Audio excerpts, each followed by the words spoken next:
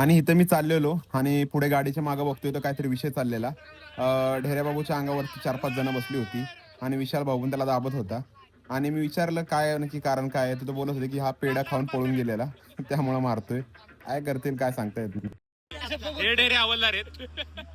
बोल माझा बाबू. हा तू बोल, तू सगळं चालू आहे. ताकद असेल ना त्या अनिकेत शिंदे उर्फ यांचं नाव टेरे बाबू.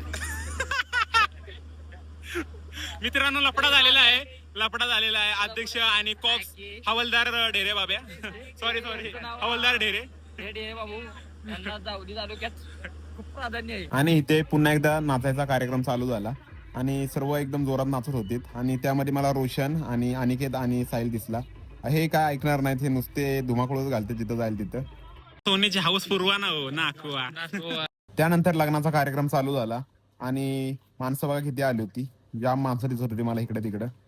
बघून मी पण शॉक झालो होतो. आणि शुभम लग्नासाठी एकदम उत्सुक होता, कधी होतंय कधी नाही असं झालेलं त्याला. आणि इथं दरवाजा बंद करून संग्रामला कोणतरी कोंडून गेलं होतं, त्याला मी वाचवला.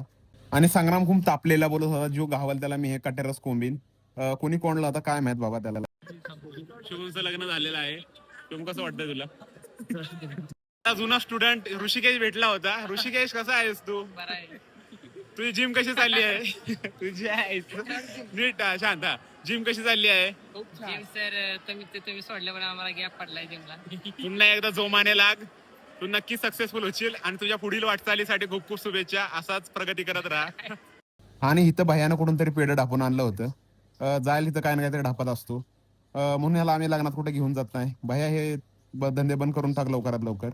ह्यो आहे ना पेड्यांचा डबा चोरून नेतोय. ह्यो पेड्यांचा डबा नेतोय आणि हे बघा हावरा आलाय.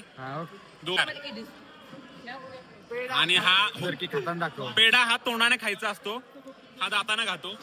आणि मी सार्थकला दाताने पेढा खातो असं बोललो, त्यामुळे तो खूप चिडला होता, संतापलेला होता. काय झालेला काय माहिती. ही भुक्कड लोक आता जेवायला बसणार आहेत. संग्राम इथे जेवाय बसलेला आहे, गुलाबजाम खात आहे. तर मित्रांनो आपण आता 100 फॉलोअर्सच्या खूप जवळ आहे. ज्यांनी पण फॉलो केलं नसेल त्याने लवकरात लवकर फॉलो करा आणि भेटूया पुढच्या ब्लॉग मध्ये. चला बाय.